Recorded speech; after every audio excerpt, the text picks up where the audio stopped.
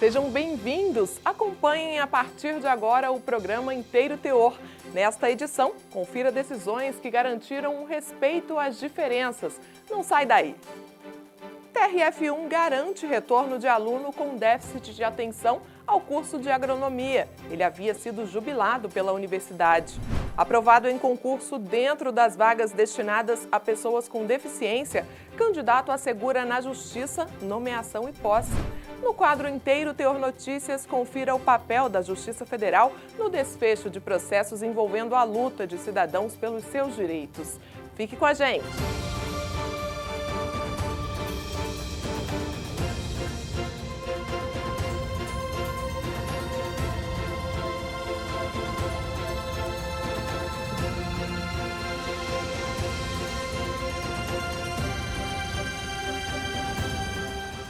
Problemas de aprendizagem, dificuldade crônica em se concentrar, insucesso acadêmico, agressividade. Todos esses fatores podem estar associados a uma perturbação do neurodesenvolvimento, o transtorno do déficit de atenção e hiperatividade, o TDAH. Apesar de tratar-se de uma doença de alto risco para a saúde pública, assumir um diagnóstico do TDAH ainda carrega um estigma. E quando a discriminação parte de um órgão do poder público, muitas vezes a justiça precisa intervir para garantir a superação do preconceito. Conheça uma história assim na nossa primeira reportagem.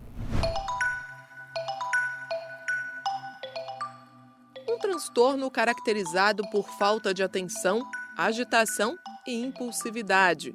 O chamado TDAH atinge cerca de 5% das crianças no mundo. A hiperatividade é o sintoma mais visível na população infantil. É uma doença do neurodesenvolvimento. Então, você tem quando criança, você tem enquanto adolescente, mas você pode deixar de ter na vida adulta, porque praticamente 50% daqueles que têm TDAH se curam quando você passa da vida de adolescente, adultos jovens, até os 21, 22, 23, até 25 anos de idade. Quando você muda para a vida adulta, você pode deixar de ter. Então, metade deixa de ter, metade continua tendo. Então, essa metade que continua tendo, nós vamos ter que usar a medicação adequada para que ela continue aproveitando toda a capacidade física e mental que ela tem para poder fazer as suas atividades. Nos adultos diagnosticados com o transtorno do déficit de atenção com hiperatividade, a falta do tratamento adequado pode levar à distração, esquecimentos e desorganização, que podem prejudicar de forma significativa a vida pessoal e também profissional.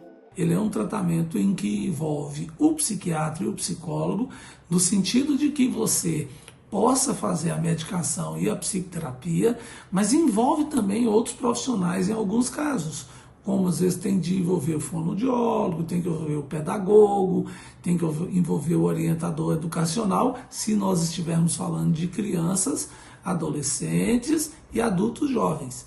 E no adulto já maduro, você pode ter que envolver, a depender de cada caso, também o assistente social. Portanto, é um tratamento multiprofissional, você tem que fazer especificamente para aquela pessoa.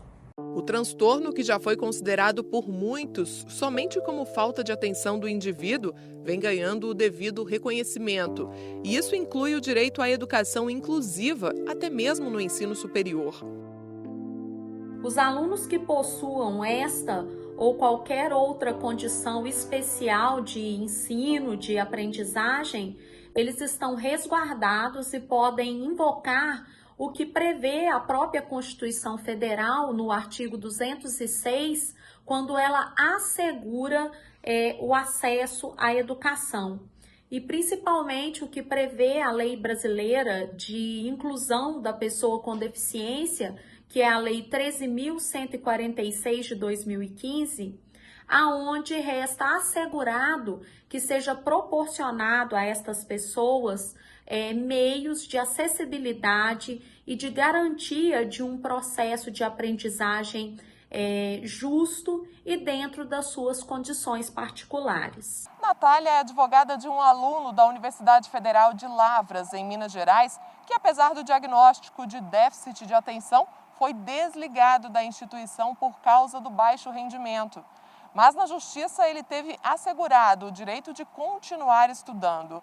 A sexta turma do TRF da Primeira Região declarou a ilegalidade do ato de desligamento por entender que a universidade, apesar de reconhecer que o estudante é uma pessoa com deficiência, não proporcionou as adaptações necessárias à sua permanência no curso de agronomia. Os argumentos defensivos da Universidade Federal de Lavras se baseiam basicamente no descumprimento da Resolução CEP 42 de 2007, que prevê justamente o desligamento de alunos que apresentem o baixo rendimento e reiteradas reprovações nas matérias. Para o colegiado, desligar o estudante sem executar o plano de desenvolvimento individual do aluno na educação inclusiva, a fim de eliminar as barreiras que o impedem de aprender, representou uma violação ao seu direito fundamental à educação.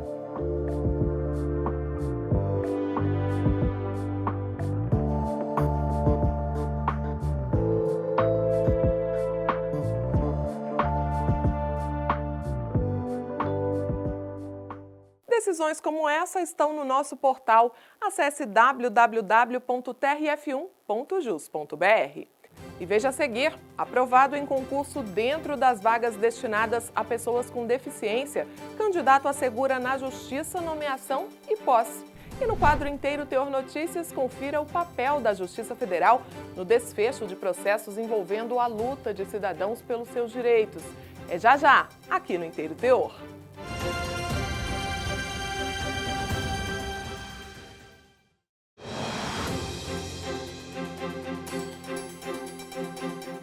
No último censo do IBGE, em 2010, mais de 45 milhões de brasileiros declararam ter algum tipo de deficiência. Uma parcela significativa da população brasileira que precisa de respeito aos seus direitos, nem que precisem ser garantidos pela Justiça. Foi pensando assim que um cidadão aprovado em concurso nas vagas destinadas a pessoas com deficiência procurou a Justiça para ser nomeado e tomar posse no cargo. Ele foi considerado inapto para ocupar a vaga por incompatibilidade para o desempenho das atribuições. Saiba mais sobre o desfecho dessa história na nossa reportagem.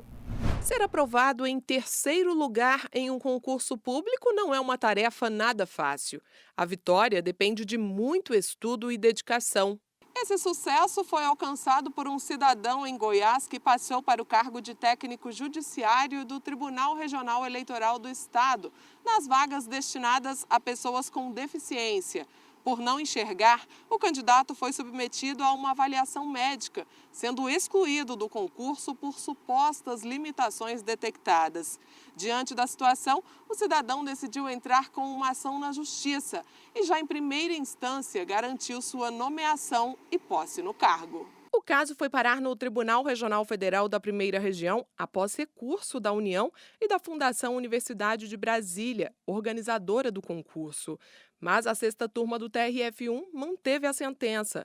Os magistrados ressaltaram que ficou demonstrado na perícia judicial que o candidato pode desempenhar as funções inerentes ao cargo porque a leitura de documentos e redação de textos se tornam possíveis com o uso de programas especiais de computador. E as demais tarefas não dependem da visão. Esta advogada, também deficiente visual, explica que a legislação existente hoje defende de forma abrangente os direitos das pessoas com deficiência e é bem completa, mas ainda é preciso colocá-la em prática em muitos locais.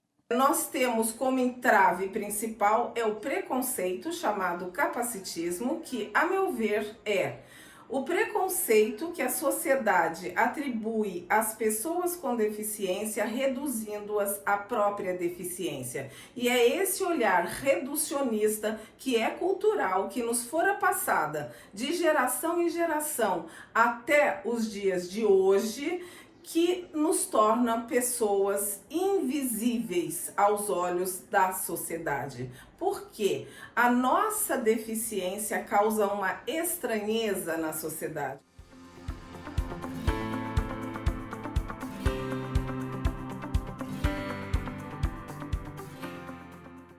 Cada vez mais, os cidadãos têm se conscientizado de seus direitos e buscam na justiça sua efetividade.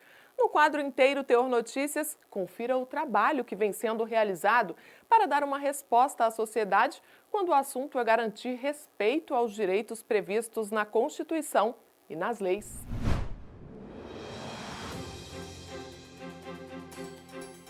Olá! Um dos direitos que vem sendo garantidos pela Justiça Federal diz respeito à isenção do imposto de renda para segurados do INSS com doença grave. Recentemente, a 7ª turma do TRF1 assegurou isenção nesse sentido a uma aposentada. Segundo o relator, juiz federal convocado Rodrigo Rigamonte Fonseca, as pessoas com moléstia profissional estão isentas da incidência de IR sobre a aposentadoria e pensão, ainda que a doença seja contraída após o término do trabalho. O TRF da primeira região também assegurou o pagamento do benefício de auxílio reclusão, incluindo as parcelas vencidas, acrescidas de juros e de correção monetária, à família de um homem que recebia R$ 11,95 a mais em relação ao teto que o Regime Geral de Previdência Social estabeleceu como baixa renda. Quem entrou com a ação na Justiça foi o filho do detento que é seu dependente legal.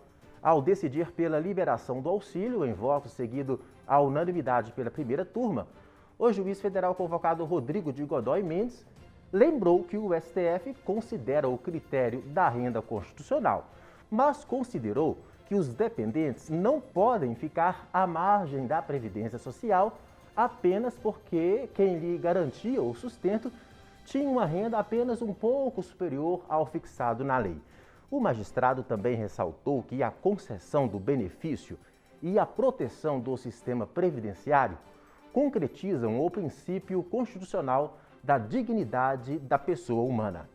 A 7ª turma garantiu a uma portadora de visão monocular a isenção do imposto sobre produtos industrializados na compra de automóvel para uso próprio. Segundo o colegiado, a exigência de apresentação de Carteira Nacional de Habilitação com indicação da limitação física para ter direito à isenção do IPI extrapola a imposição estabelecida por lei. Segundo o relator, desembargador federal José Amilcar Machado, a Lei 8.989 de 1995, que trata da isenção do IPI para pessoas portadoras de deficiência, inclusive deficiência visual, e demais legislações em vigor, não ampara a cobrança pela Fazenda Nacional da CNH com a restrição. O colegiado concluiu que estão comprovados os pressupostos da isenção do IPI por laudos médicos atestando a visão monocular. Já a 5ª turma do TRF1 manteve condenação da União ao pagamento da indenização à filha herdeira de um anistiado político. Ficou comprovado que o pai da autora da ação foi reconhecido como anistiado político e que a mãe dela, sendo a viúva, tinha direito à reparação econômica conforme determinou a Portaria 636 de 2004. O relator, desembargador federal Souza Prudente, destacou que já havia sido determinado o pagamento da verba indenizatória à mãe da autora quando ela faleceu e que, por isso, o direito da autora decorre do simples fato de ser herdeira necessária da viúva do anistiado político. É isso, até a próxima!